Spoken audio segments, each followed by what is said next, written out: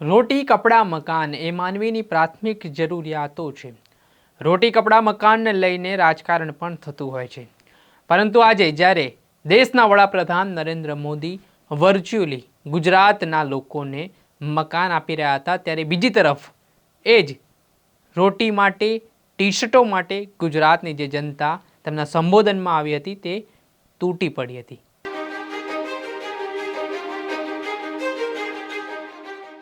નમસ્કાર દર્શક મિત્રો, નવજીવન ન્યૂઝમાં આપનું સ્વાગત છે। હું છું ફૈઝાન। રોટી કપડાં મકાનને લઈને દર વખતે રાજકારણ થતું હોય છે। જો કે આગામી સમયમાં લોકસભાની ચૂંટણી પણ આવી રહી છે અને ખાસ કરીને ગુજરાતના બજેટમાં પણ ગરીબ લોકોને પોતાનું ઘરનું ઘર મળી શકે તે માટે સરકાર દ્વારા ખાસ જોગવાઈ પણ કરવામાં આવી છે।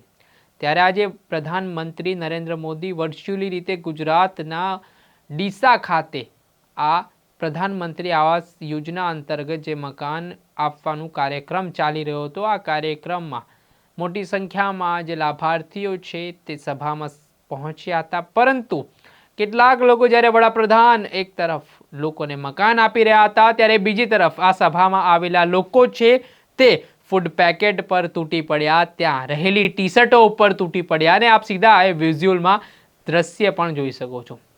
એક તરફ આપણે છે તે સમૃદ્ધ ગુજરાતની વાત કરીએ છીએ, મકાન આપવાનો આ કાર્યક્રમ ચાલી રહ્યો છે, ત્યારે બીજી તરફ લોકો છે તે કેવી રીતે પડાપડી કરતા નજરે પડી રહ્યા છે, આ દ્રશ્યો પરથી જ આપણે સમજી શકીએ છીએ કે ખરેખર વ્યક્તિઓને શું જરૂરિયાત છે। જો કે આપ દ્રશ્યમાં જોઈ શકો છો કે જેવી રીતે મહિલાઓ શું, વૃદ્ધો શું, પુરુષો શું, તમામે તમામ છે તે ટી શર્ટો લેવા, પડીકાઓ લેવા માટે તૂટી પડ્યા છે ને કાકા તો આ પડીકા લેતા સમયે પડતા પણ બચ્યા છે।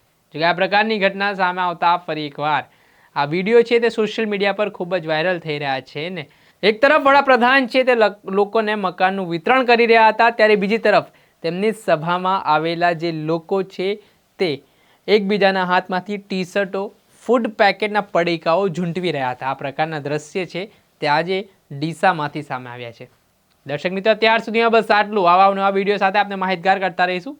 નવજીવન ન્યૂઝની ચેનલને આપ લાઇક કરો, સબસ્ક્રાઇબ કરો અને શેર કરવાનું ભૂલતા નહીં। નમસ્કાર।